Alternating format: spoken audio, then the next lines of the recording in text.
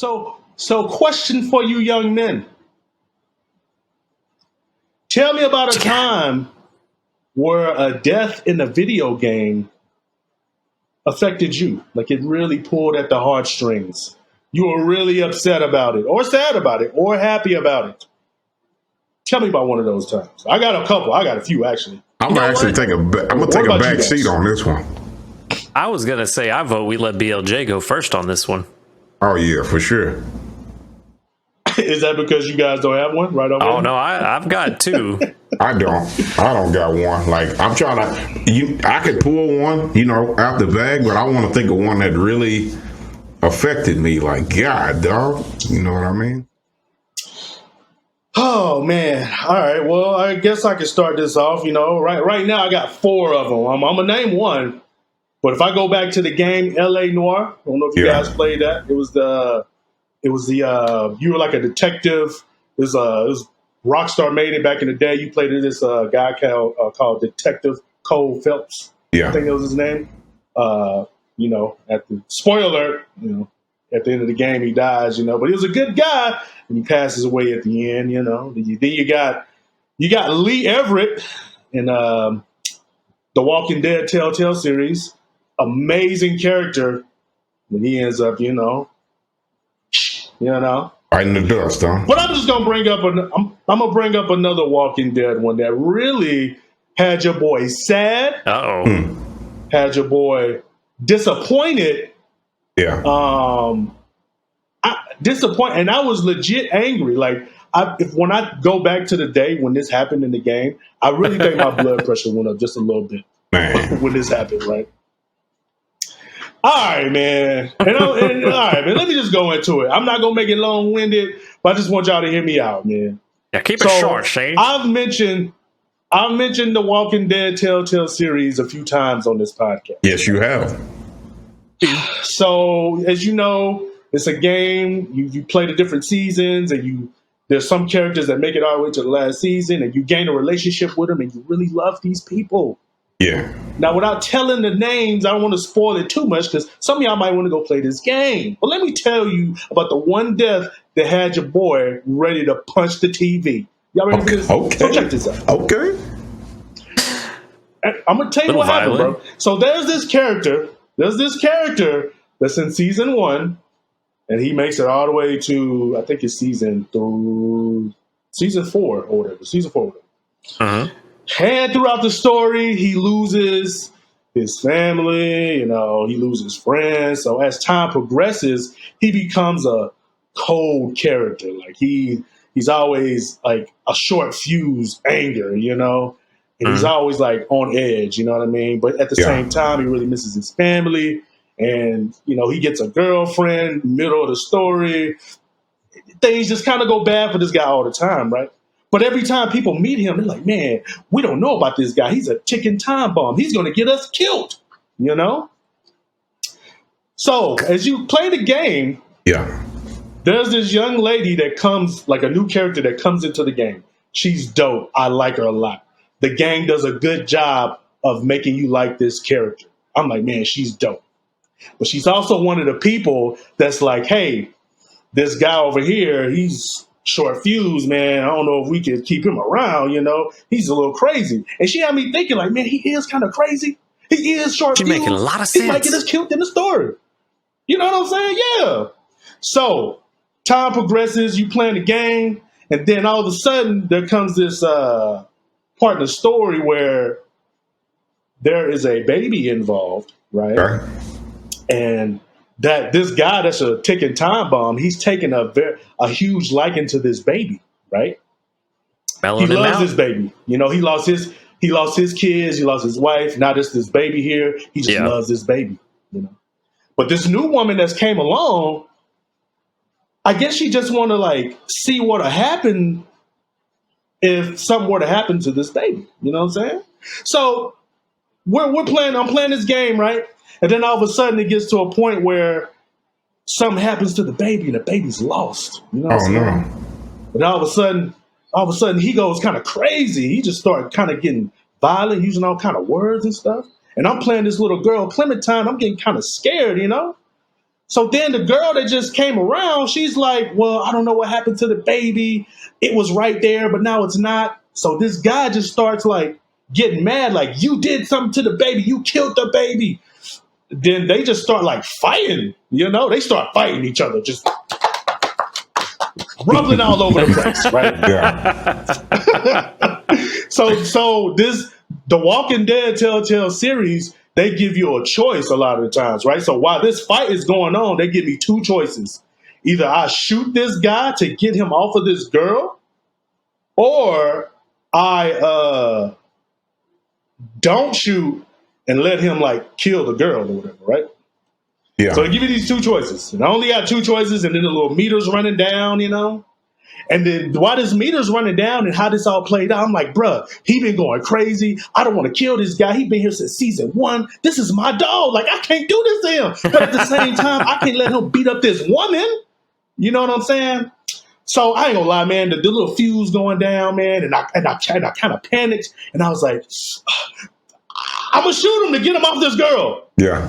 And I shot this fool, yo.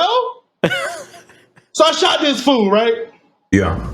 And I was feeling bad because I was like, I've loved this guy throughout this whole series up until now. Yeah, and I was like, oh, I can't believe I did this. And then the woman, so check this out. The woman gets up, right? She's like, thank you. He was going crazy, blah, blah, blah, this and that, right? Yeah. And then a few seconds later, we hear a baby crying, right? So we like, what? We thought something happened to the baby. Like, why the baby crying, So you run to where you hear the baby noises at, right? The girl had put the baby in a car to like hide it just to see how this guy would react. And sure enough, he went crazy. There was fighting. Then I ended up shooting him and he died. So when I found out that the baby's alive, I'm super pissed off because this wouldn't have happened if this woman didn't do this in the first place. Yeah. So this character that I took a great liking to so soon, she did this and then I ain't gonna say she made me kill my man, but I shot my man. I was feeling disloyal. You know what I'm saying? Yeah. Because this same guy's been riding with me throughout the whole story. But anyways, I remember I shot him and he died. I was like, I kid y'all not, I was legit sad. Like I was tearing up. And then I was like, I was actually mad at the game. Like, I can't believe this bitch made me do this. It just made it was a good story, man. Stupid developers. Man, yeah, so that game does a good job at really making your emotions get involved. And that was one time that like I was about to throw the controller at a game, not because of an online match that I just lost or it glitched out or something. It was legit just something in the story, and I was ready to punch somebody. I was ready to punch a hole through somebody. You know what I'm saying? But anyways, I don't want to say it is unless somebody want to play it. I don't want to spoil the name, but that's something that happens later on in the Telltale Walking Dead series, and it really pulled on your boy heartstrings, Yeah. I'm sorry, that was long-winded. Yeah, I was going to say, I think all three of these are probably going to be pretty spoilery if we're talking about character deaths. Yeah, but mine, I want to spoil this more because I'm not sad. I'm finna get on her and act up, but I'm gonna keep it short. Nah, hell nah. Like I'm just more disappointed. Like, boy, y'all know better. Y'all need your ass whooped for this. I was about to say, tell us who you're happy is dead then, but it sounds like you're disappointed. I'm not happy. I'm not happy they dead. I'm disappointed because, like I said, they need their ass whooped. Whoever was on the storyboard, yeah. That's the one. We're gonna do that. I wish I could. Tell us who disappointed you then. Boy, I almost dropped the F-bomb. I've been trying to be better about that. Even though this is our pod, I try to limit myself. Capcom. You know who I'm going to put on the chopping block. Capcom. And the game was Street Fighter V. And you know I'm mad. You know I'm finna get mad. So, let's wind it back. Now, I feel like we're doing wrestling promos. Oh, yeah. When Street Fighter 4 was still prominent, it was nearing the end of its era. They gave us the sneak peek and they played this music orchestrated, and this hand reaches out the shadows and put his specs on his face. And they played this heroic theme. That heroic theme belonged to none other than the American hero. He taught William F. Gilly how to throw sonic booms, Charlie Nash. Oh, I thought you were going to say Alex.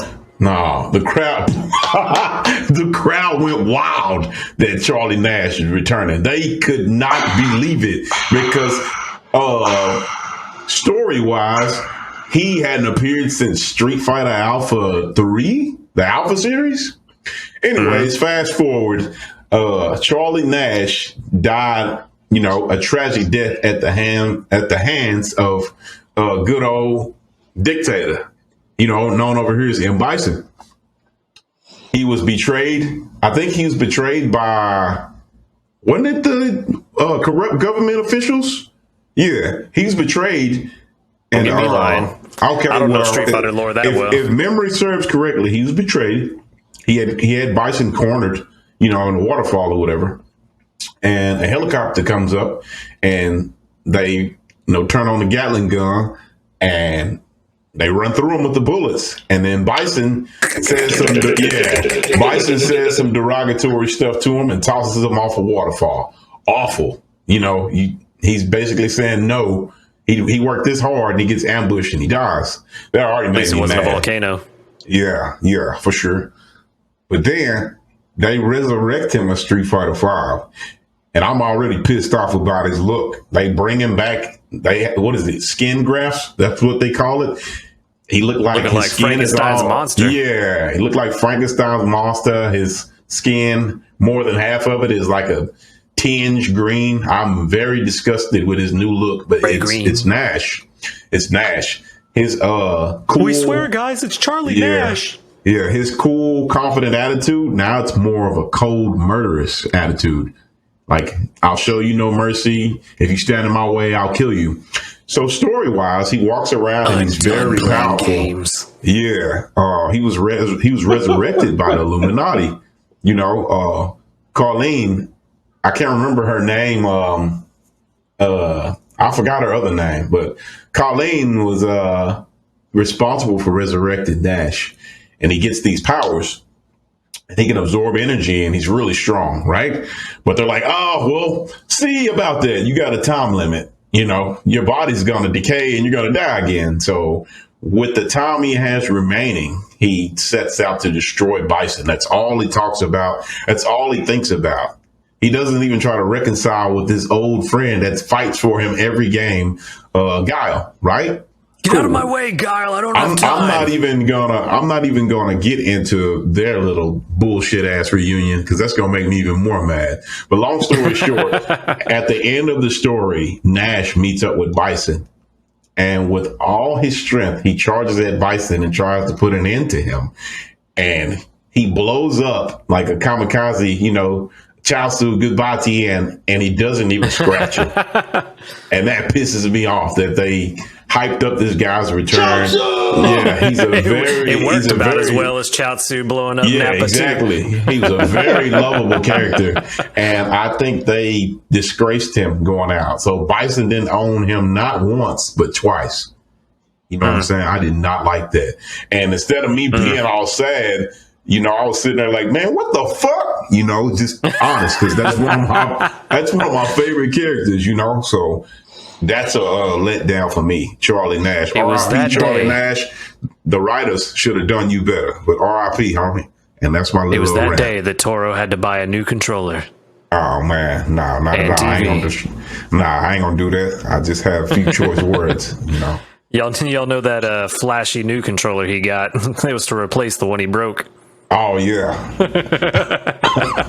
that mug is legit. I didn't know that little detail. Nah, it's not the one. I didn't replace none, but yeah, good old flashy new controller.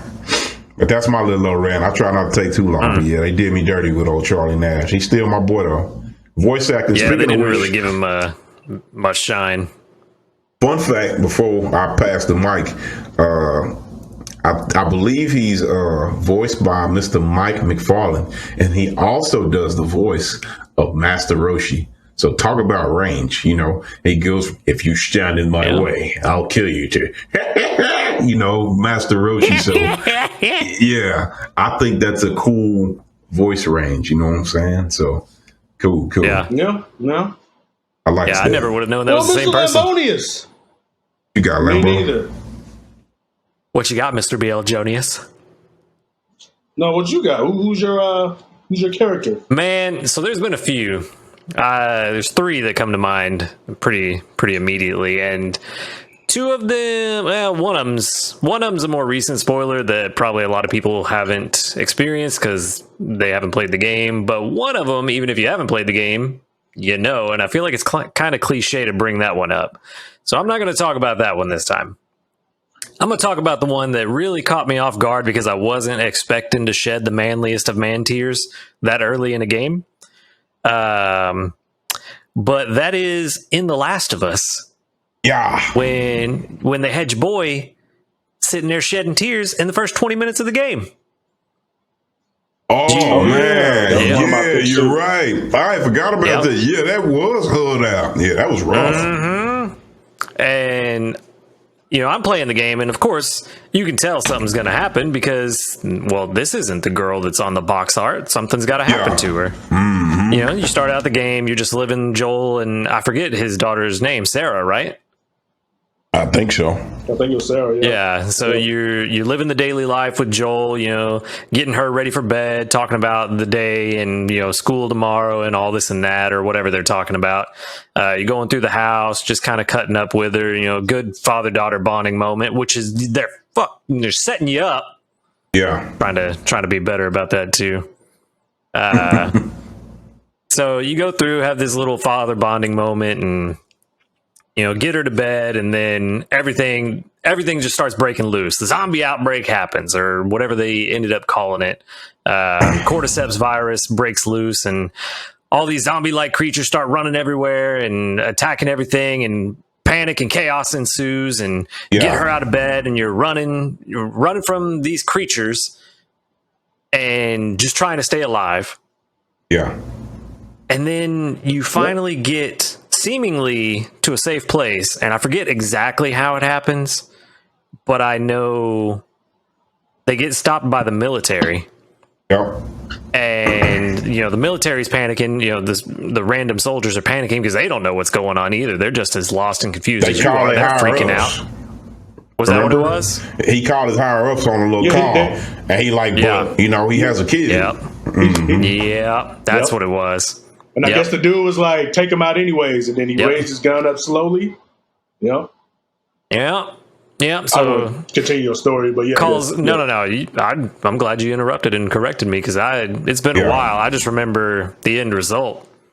But radios into his higher up. Hey, I've got a couple. They seem fine. The couple of people here, they seem fine. Blah blah blah. Can't take no chances. Take them out anyway. And guy is hesitating, pulling his gun up like you guys said, and shoots and ends up shooting the little girl. And then you get to see Joel just losing it, watching his little girl die. And that one got me, man. Had me sitting there shedding the manliest of man tears.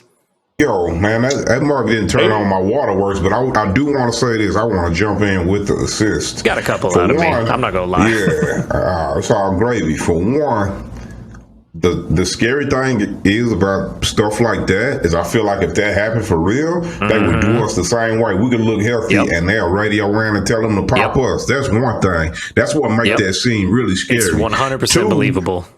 Two, homie was like, hold on, baby, hold on, pull through. And she screams because she panicking, bro. She doing like her voice actress knocked it out of the park, and she's screaming, panicking, and he's doing what he can, and she dies like 6-7 seconds later, out like a light. And I'm like, God, she goes quick, but it wasn't no then right after that monologue or nothing. That was wild, bro. Yeah, right after that, the dude runs up to finish it off, but then Joel's brother shoots him in the head. Yeah, and then that's when the story continues or whatever. You know what I mean? Yep, that's wild. But I will say, man, that was a great exhibition on like storytelling. You know what I mean? Yeah. Like, Oh yeah. You felt this way over a character that you only knew for like 30 minutes. Yeah. Like it showed their relationship, them sitting on the couch, joking around with each other. If you guys remember, she got his watch fixed. Yeah. You know, and she gave it to him. Yep. Yep. So it's just like little sweet things like that really make you be like, oh, this father-daughter relationship. Like it's, you know what I mean? Yep. But I Taking say the time to let you get to know the characters. what contributed to good storytelling, y'all correct me if I'm wrong, is when this stuff happened, it's like you sitting on the couch with him, you know. He wake up, say, get up, baby, we gotta go. You carried her, you know, you controlling Joel, carrying her to keep her safe. So they kind of kick dirt on us like, boy, you did all these shakes and bakes, you did all the jukes, and she still didn't make it. So, of course, you're going to be emotionally invested in her because she was young. She had so much life to live. And, you know, the irony of that scene is she didn't even die to the outbreak. She died to a regular person. That's what made that more kind of like, yo, yikes. But that was a good pick, man. We're all guys, like we can all very easily put ourselves in Joel's shoes. You know, if that was us, how would we feel? I'd be sick. Yeah. Yo. Yeah, I remember going back to that scene. I remember even thinking to myself, like Toro said earlier, like that's a believable scenario that could happen. And I was even thinking from the perspective of the soldier that had to shoot him, he didn't even want to do it. Yeah. That's why he was like, but sir, there's a child. Yeah. And I guess the dude was like, take him out anyways. And he reluctantly, like he just really slow raised Can you imagine? Like he didn't want to do it. He just following orders, you know? Yeah. Can you imagine the emotional toil he would have had if he lived through that? Like if he popped both of them and had to think about that like years from now, boy, that would have fried his brain anyway. So yeah, he was just stuck between a rock and a hard place, my dudes. But yeah, Lambo, that's a good pick. Yeah, I was thinking about that one too. That's definitely one that got the waterworks going when it first happened. So that's a really good choice. Yeah. Man, next time, well, I don't know if it ever be a question of the week. Game and death is something out there, but you caught me by surprise. But I will say, and I'm gonna keep it, you know, tightly sealed in a jar. If you were saying like off of anime or something like that, you know, I ain't even no anime head, but I got a couple of them mugs where we'll talk about that off the grid one day. You know what I'm saying? Made him open the waterworks. Turn that faucet on full blast. Man, I ain't really a waterworks guy, but I will tell you this. I will Toro's tell too you manly this. for that. Oh, man. I'll tell you this. You being obnoxious tonight. It's 2 movies, bro. And I'll talk about them later, but it's 2 movies. One of them is Samurai X. They got Rurouni Kenshin in it. That one, boy, I ain't even gonna start on that one. And the other one, fool, is Ninja Scroll. I can't tell you how, boy. That's like my favorite anime movie of all time. Ninja Scroll, boy, that mug is overpowered. I'm not gonna say who. Maybe we'll talk about it another time. But them right there had me like, yo, that was out of line and unnecessary. And y'all need your ass whooped for writing that in that story. You know what I'm saying? Y'all need a whooping. But I'll do you one better. What's up? Ninja Scroll will be the first episode of TYFP Watches. Oh man, if we can ever get it off the ground. If the copyright gods let us get away with it. Nah, it won't. Have you seen Ninja Scroll? We'll never get away with that. I know you tripping. Yeah, right. Yeah. Appreciate the question, BLJ.